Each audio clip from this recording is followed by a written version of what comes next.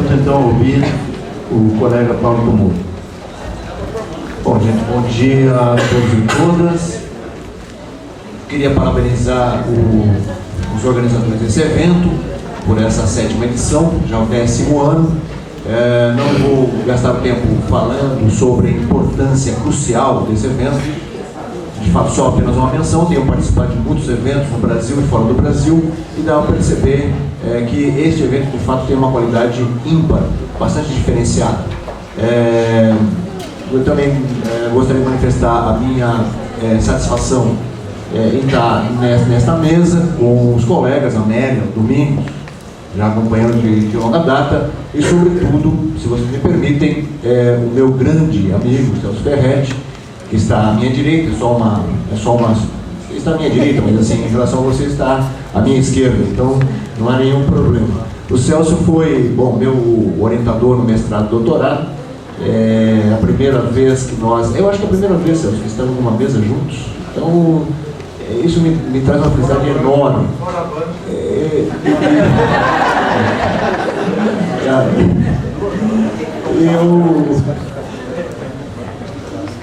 Então, estamos todos em casa. Bom,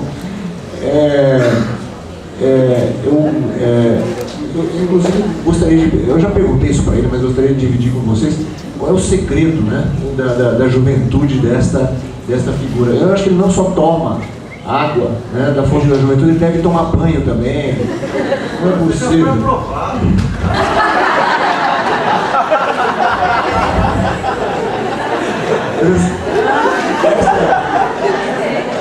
Essa figura tem uma importância tão grande no cenário, eu tenho uma admiração tão grande por ele que eu gostaria de dedicar a minha fala a ele. Ele não tem nenhuma responsabilidade naquilo que eu vou falar, ok? Mas eu gostaria, dada esta admiração enorme que eu tenho pelo Celso. Bom, o título dessa mesa é composto por 3 temas: trabalho, educação e sociabilidade.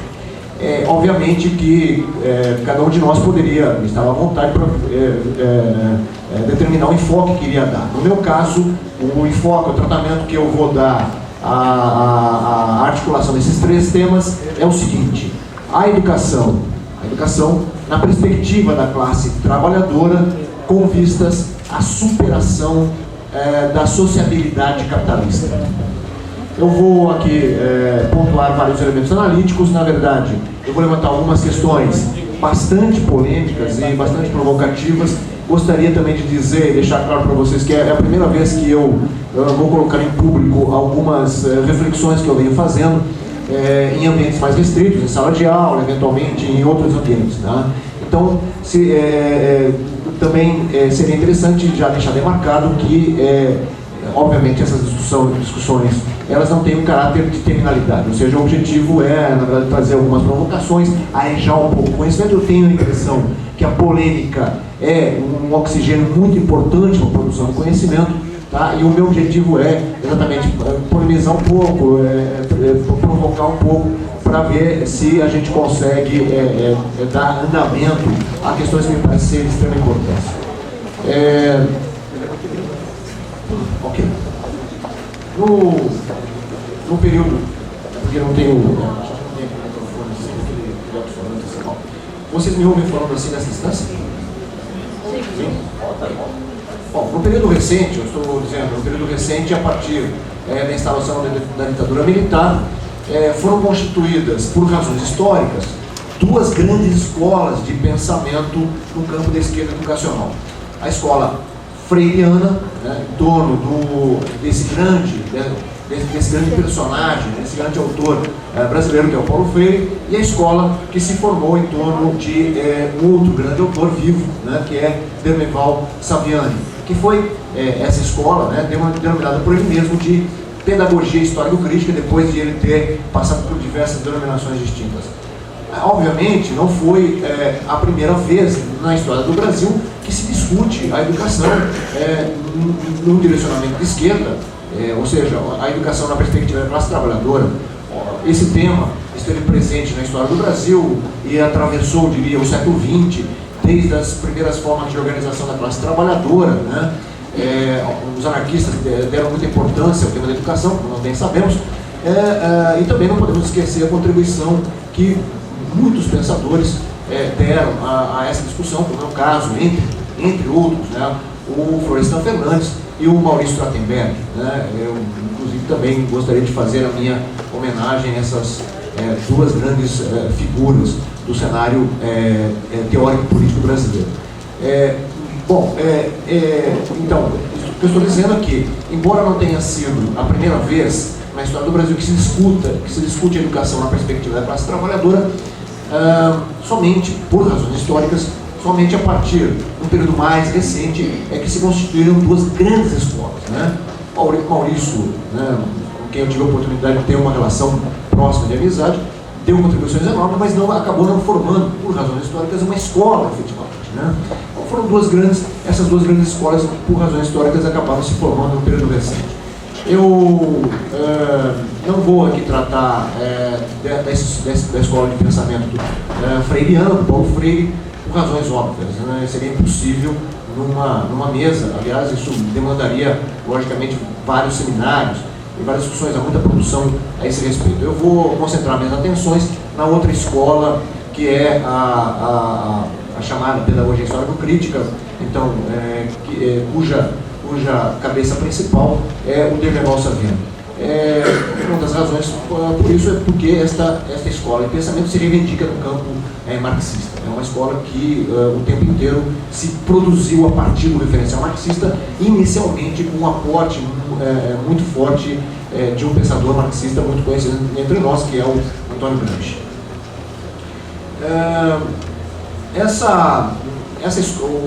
Eu vou, então, dar algumas informações da produção desse autor, né, que é o Saviano, é um autor matricial, sem dúvida nenhuma, mas entendendo que não se trata apenas da produção dele, a produção dele como constituidora dessa escola de pensamento.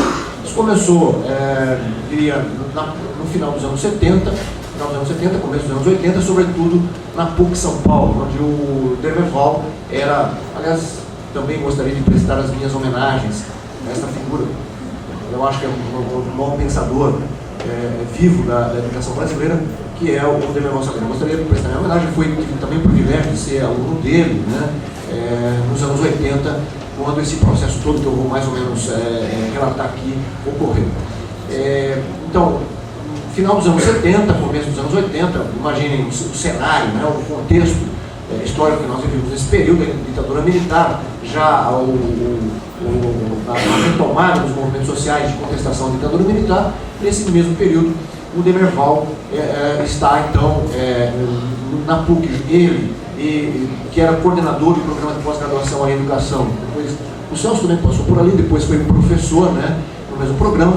Então, ali, ele acabou reunindo, então, aquilo que provavelmente, não tenho certeza dessa informação, mas provavelmente a primeira turma de doutorado em educação foi feita ali, que ele era não apenas o coordenador do programa, ele era aquele que coordenou essa primeira turma de doutorado, uma vez que no Brasil, por incrível que possa parecer, o doutorado em educação é também bastante recente. Ele acabou formando essas primeiras turmas, que tiveram uma importância muito grande, que são os autores, diria que são referência em grande medida na educação, sobretudo no campo da esquerda da educação. Ali eu penso que provavelmente uma das perguntas que povoava a cabeça do Saviani deveriam ser mais ou menos essas, né? Como a educação, é possível que a educação contribua para o processo de superação da sociabilidade capitalista, né? Se sim, como, né? Que contribuição a forma especificamente escolar poderia oferecer neste processo? Eu penso que um pouco essas perguntas povoavam a cabeça do Saviani e do grupo que estava junto com ele naquele momento. Para responder essas perguntas, o Saviani, então, faz um caminho muitíssimo interessante. Aliás, não é inédito nele, né? Ele toma como referência alguns autores franceses para traçar esse caminho, sobretudo um autor chamado Georges Snider, um autor francês. Então, o caminho que ele vai traçar é mais ou menos o seguinte: ele faz primeiro, no primeiro momento, a crítica às chamadas teorias não críticas, né? Uma pedagogia tradicional, pedagogia nova, ou escola tradicional, escola nova, né? Demonstrando que essas teorias, essas escolas, elas na verdade se fundamentam na concepção liberal, portanto a concepção que fundamenta a ordem capitalista, portanto são não críticas, né? Só um pequeno adendo, né? Provocou um conjunto enorme de polêmicas a crítica que ele desenvolve, sobretudo a escola nova, né? Bater na escola tradicional não era muito problema, mas bater na escola nova naquela ocasião, de fato isso provocou um conjunto muito grande de polêmicas, né? Se você tiver interesse, essas polêmicas foram traçadas em diversas revistas, que eram as mais importantes revistas naquela ocasião, né? Inclusive na Cadernos de Pesquisa, que é uma revista da Fundação Carlos Chagas. O Celso continua trabalhando lá, Celso? Trabalhou muito tempo, era uma revista muito importante, né? Enfim, se vocês tiverem curiosidade, se alguém tiver alguma curiosidade, verificar as diversas polêmicas que foram travadas naquela ocasião, a partir da crítica que o Saviani faz à escola nova, que ele chamou de, tomando uma expressão do Lenin, de teoria da curvatura da vara. Bom, era só um adendo que eu queria fazer. Na verdade, ele faz a crítica a essas duas concepções, dizendo que elas são não críticas. Isso o leva, também a pedagogia chamada tecnicista, isso o leva, portanto, a buscar autores que estão fazendo crítica, que tem uma perspectiva crítica no campo educacional. E ele se aproxima de alguns autores franceses, né? Do Baudelaire, do Passeron, do próprio Althusser, vai ler esses autores, e ele, então, depois de ler esses autores, incorpora a compreensão que esses autores têm, mas em seguida já faz a crítica também a esses autores, né? Ele vai denominar esse conjunto de autores de teorias crítico-reprodutivistas, né? E vai fazer a crítica a eles. A teoria do sistema de ensino enquanto violência simbólica, do Bourdieu e Passeron, por intermédio de um livro que teve uma influência muito grande na época, que foi um livro denominado A Reprodução. Ele também a teoria da escola enquanto aparelho biológico do Estado, né? De um velho conhecido nosso, Althusser, e teoria da escola dualista do Baudelaire. Ele vai reconhecer as diferenças que tem entre esses autores, mas vai denominar esses autores de crítico-reprodutivistas. Ele, assim, denominou esses autores e as suas teorias de crítico-reprodutivistas porque, embora esses autores sejam críticos em relação à educação, eles entendem a educação apenas numa determinada dimensão, ou seja, como a educação, sobretudo a escola, como reprodutora da ordem social capitalista, né? Alguns deles, na verdade, vão além disso, né? Como reprodutoras da ordem social vigente, onde a escola está presente. Então, na medida em que ele reconhece que esses autores são críticos da escola, entende que a escola é efetivamente um elemento de reprodução dessa determinada ordem social, ele vai entender, vai estar de acordo com a crítica desses autores, mas vai entender que esses autores não levam em consideração a contradição. Ou seja, ele reconhece que, embora seja verdade que a escola seja reprodutora da ordem social vigente, também pode contribuir para a superação dela. E, portanto, esses autores não levariam em consideração essa outra dimensão e, portanto, a contradição. Uma vez que o que ele detecta nesses autores, e vai fazer a crítica a esses autores, uma vez que ele detecta nesses autores que o problema é que eles não levaram em consideração a contradição, logicamente ele tem uma tarefa, que é a de apresentar qual é o elemento de contradição presente, certo, na escola. É essa tarefa a que ele se dedica em grande parte da obra dele. Esse problema ele se põe, na verdade, desde o começo dos anos 80, atravessa a produção dele, vem aparecer da mesma maneira nos textos mais recentes, nos anos 2007, 2008, isso se reproduz. Qual é a argumentação, qual é o caminho que o Saviani acaba fazendo para entender e para explicitar, então, como ele entende essa contradição no seio da escola? Ele lança a mão de um argumento segundo o qual o saber, é assim que ele fala nos textos dele, o saber, né? Ele não fala de conhecimento, ele fala o saber. A ideia é um pressuposto, que é um pressuposto fundamental em toda a construção argumentativa dele, é de que o saber é força produtiva e ou meio de produção.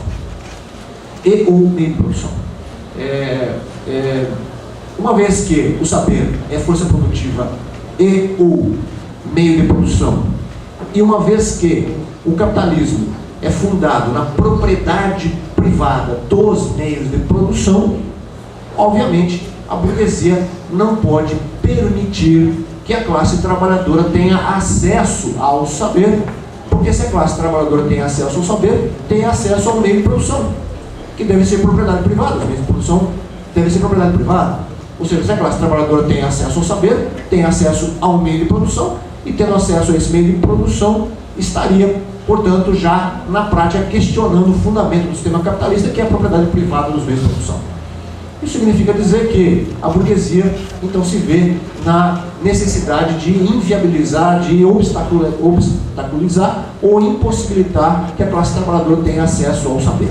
Porque o saber é meio de produção e o capitalismo é fundado na propriedade privada, burguesa, dos meios de produção. Ora, mas ao mesmo tempo, ele tem que reconhecer que o capitalismo, para o seu próprio desenvolvimento, necessita que a classe trabalhadora tenha acesso ao saber. Eis aí, portanto, a contradição como ele aponta. Tá? Vejam, essa compreensão, como disse a vocês, atravessa praticamente toda a obra dele. Se trata de uma contradição. Como é uma contradição insolúvel, então qual é a forma que a burguesia acaba encaminhando esta situação, essa contradição? Uma vez que não pode socializar o saber, e uma vez que a classe trabalhadora precisa ter acesso ao saber. Citando, fazendo... isso é recorrente no texto dele, ele faz uma situação de Adam Smith, na qual o Adam Smith então diria que a classe trabalhadora poderia ter acesso ao saber, mas o mínimo possível, o mínimo necessário e em doses homeopáticas. Ou seja, uma vez que a burguesia não pode socializar o saber, não pode universalizar o acesso ao saber para a classe trabalhadora, então, e uma vez que o capitalismo necessita que a classe trabalhadora tenha acesso a algum saber, então é o mínimo possível, porque dessa maneira estaria socializando o mínimo possível esse meio de produção. É mais ou menos como ele acaba compreendendo. Ora, desta compreensão da contradição da escola é que deriva, portanto, em grande medida, a sua compreensão a respeito de uma determinada estratégia de luta da classe trabalhadora com relação a esse quesito específico que é ao saber. Então, como ele vai pensar em linhas muito gerais, estou apresentando para vocês, logicamente, em linhas muito panorâmicas, muito gerais. Como é que ele vai entender, então? Bom, uma vez que o saber é meio de produção, e uma vez que a burguesia busca impedir ou obstaculizar o acesso ao saber, e nós sabemos, e ele vai argumentar também, que a escola, ou a forma escolar, é a forma determinante de transmissão desse saber. Ora, uma vez que essas questões todas não postam, uma vez que ele trabalha, portanto, com esses pressupostos, então a luta da classe trabalhadora não seria outra senão exatamente de meter o pé na porta da escola, ou seja, buscar de todas as formas possíveis o acesso ao saber como meio de produção. E uma vez que a escola é o espaço, o locus privilegiado de socialização do saber, então a classe trabalhadora deveria lutar para ampliar o máximo possível, ao contrário do que a burguesia faz, pressionando, portanto, para ter um maior acesso possível ao saber e, portanto, um maior acesso possível à escola. Isso acabou resultando, portanto, diria, numa determinada compreensão de como se deveria travar a luta da classe trabalhadora com relação ao saber. Ou seja, tentar ampliar o máximo possível a classe trabalhadora, o acesso ao saber pelo acesso à escola.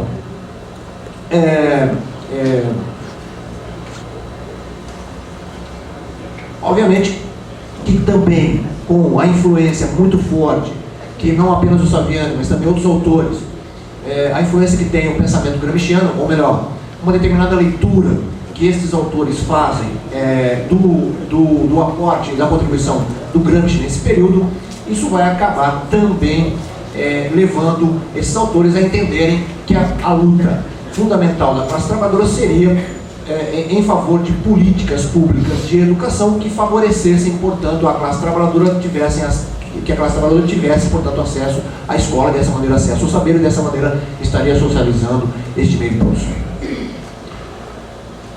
Ok.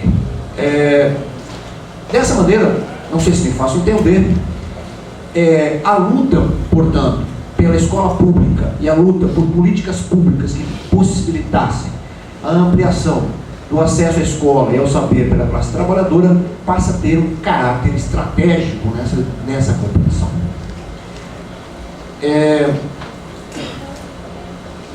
Uma observação panorâmica da produção do Saviani e de outros autores a ele vinculados, que reflete o teor dos debates em torno da discussão de uma proposta de educação de acordo com os interesses da classe trabalhadora, parece evidenciar, entre outras, 4 características. A análise ficou praticamente circunscrita à escola, uma vez que um dos principais argumentos de Saviani é o de que ela é, na sociedade contemporânea, forma determinante em relação a outras modalidades de educação. 2.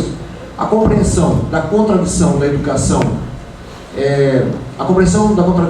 escolar baseou-se no argumento do saber como força produtiva e o meio de produção. 3.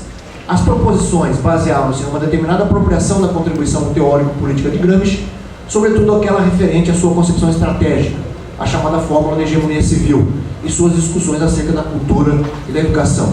E 4. Como desdobramento dos tópicos anteriores, o entendimento de que uma das principais ações da classe trabalhadora deve ser a luta a favor de políticas públicas de educação, de forma a ampliar o máximo possível, quantitativa e qualitativamente, o acesso ao saber. Eu gostaria de destacar um desses aspectos, já que é impossível abordar todos eles aqui, que é exatamente essa questão desse, diria, pressuposto dele de entender o saber como força produtiva ou como meio de produção. Uma análise mais cuidadosa das obras do Saviani levaria a explicitar que é difícil a gente saber, na verdade, se o Saviani entende força produtiva e meio de produção como sinônimos.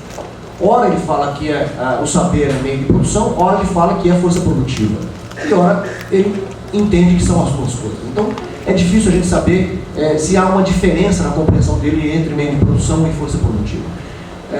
Eu entendo que se trata de coisas distintas, mas os textos dele não indicam que ele trabalhe com alguma diferenciação entre essas duas questões. De todo modo, me parece que a questão central é a compreensão do saber como meio de produção, uma vez que ele vai apresentar logo em seguida o contraponto disso de que o capitalismo é fundado na propriedade privada dos meios de produção. Pois bem, se a gente tomar, acho que algumas obras do Marx, isso que me intrigou, na verdade, foi um pouco isso, né? A pergunta que me fazia é: em que medida o saber efetivamente meio de produção? E fuçando, refuçando, lendo, relendo, estudando, reestudando algumas obras do Marx, sobretudo o Capital,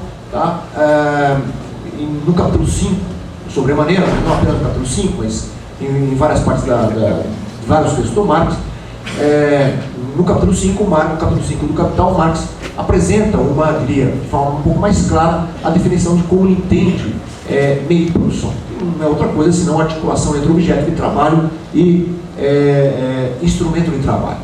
São articulações entre essas duas coisas. Então, eu, na verdade, não consigo ver na contribuição do Marx a respeito desse assunto onde a gente poderia encontrar um respaldo, né, na produção marxiana que pudesse confirmar a ideia segundo a qual o saber seja meio de produção. Obviamente que, sem dúvida nenhuma, há uma relação, mas tudo indica que o saber não é meio de produção. Se o saber não é meio de produção, o pressuposto da argumentação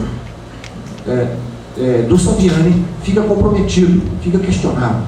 Se o pressuposto fica questionado, então, na verdade, parte da argumentação dele fica questionada e também, esse esboço de estratégia de luta que a classe trabalhadora deve travar com relação à educação e à educação escolar, também isso fica questionado.